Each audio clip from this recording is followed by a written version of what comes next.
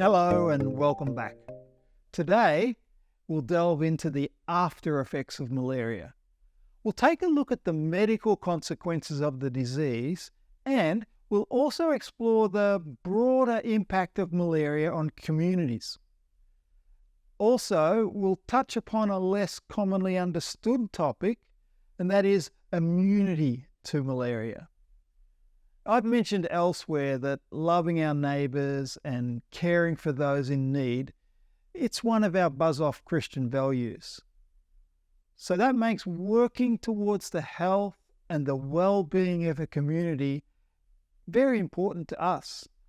And I hope this subject helps you to more fully understand the impact that malaria has on a whole community, and that it inspires you to keep moving forward in creating a world without malaria. Enjoy.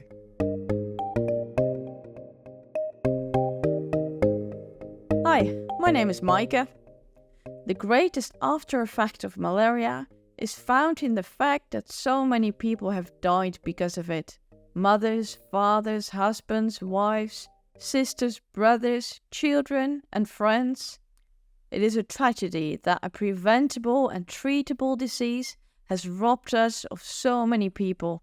We can never fully grasp the loss that these deaths represent. Malaria is one of the most severe public health problems worldwide. It is a leading cause of death and disease in many countries. And as we have discussed in other parts of this series, young children, pregnant women, and the elderly are the groups most affected. Malaria is also responsible for huge declines in community productivity, as people are laid up under the terrible effects that malaria brings to a person's physical well-being. Children's education also suffers because of malaria, whether because they are ill themselves or perhaps because their parents are unable to work for the income they need to pay school fees or provide healthy food so that the child can grow and learn well. After recovering from malaria, children may face challenges with their education, such as difficulty concentrating, or they might experience other setbacks in their development. One way to measure the after effects of malaria is by considering the substantial financial costs incurred by both individuals and governments because of malaria. Costs to individuals and their families include the purchase of drugs for treating malaria, and expenses for travel to dispensaries and clinics, lost days of work, expenses for preventive measures, and in the case of death, expenses for burial.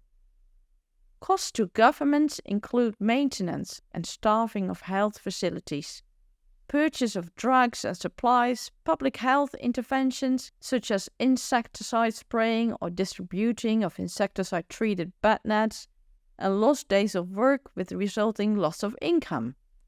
It is hard to estimate exactly, but the global combined financial cost of things like illness, treatment, and premature death is about $14 billion per year. The cost in lost economic growth is many, many times more than that.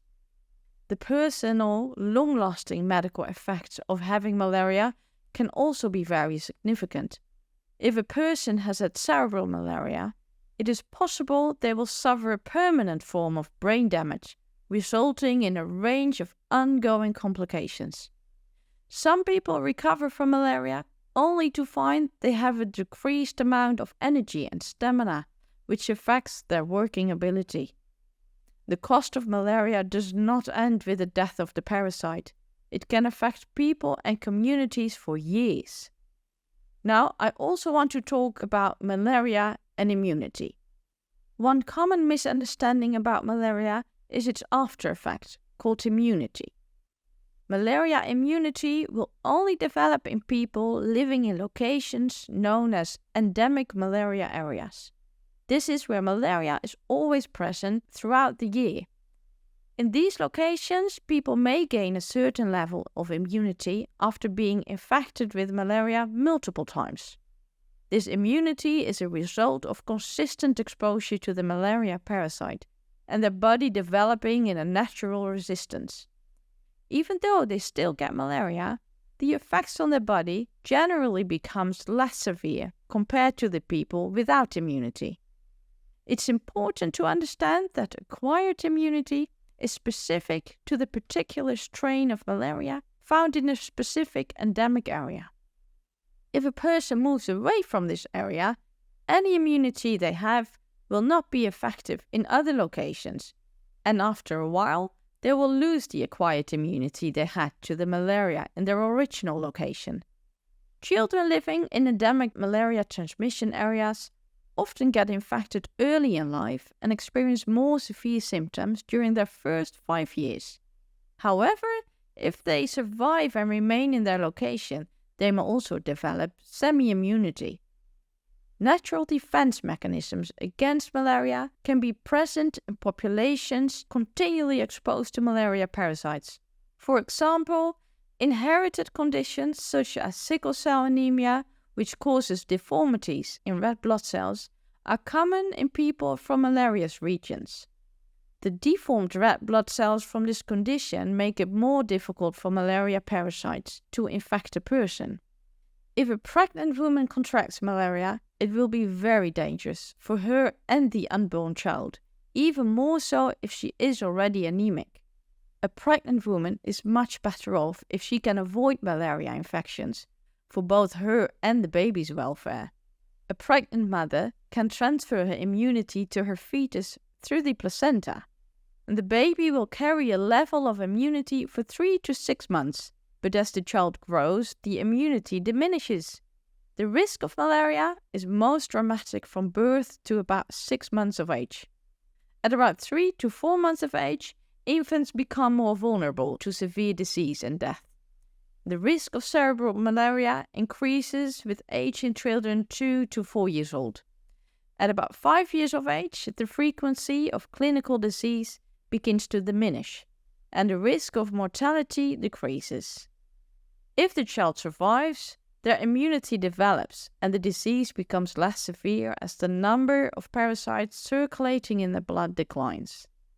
So we can see that if that person is repeatedly infected after being bitten by infected mosquitoes, their immunity is slowly developed. Likewise, we understand that immunity is lost when a person is no longer exposed to the malaria parasite. In many places, including Thailand and Myanmar, there is a prolonged dry season with little or no malaria. Therefore, any short-term immunity to malaria is lost each year. These malaria areas are called unstable malaria areas. When the next wet season begins, mosquitoes multiply in vast numbers and malaria can reach epidemic proportions. And because there is now no residual immunity, malaria attacks during the wet season are severe, and the annual death rates are higher than in stable malaria areas. Even though some people can develop a level of immunity to malaria, it has been proven that when communities use long-life insecticidal nets and rapid diagnostic testing kits, and when they use the appropriate medications and practice good community hygiene, the incidences of malaria reduce. And this happens in both stable and unstable malaria areas. So as we can see from this information, malaria has many after effects that impact society at all levels. And it is much better if there is no malaria at all. Let's work together and minimize these after effects by creating a world totally without malaria.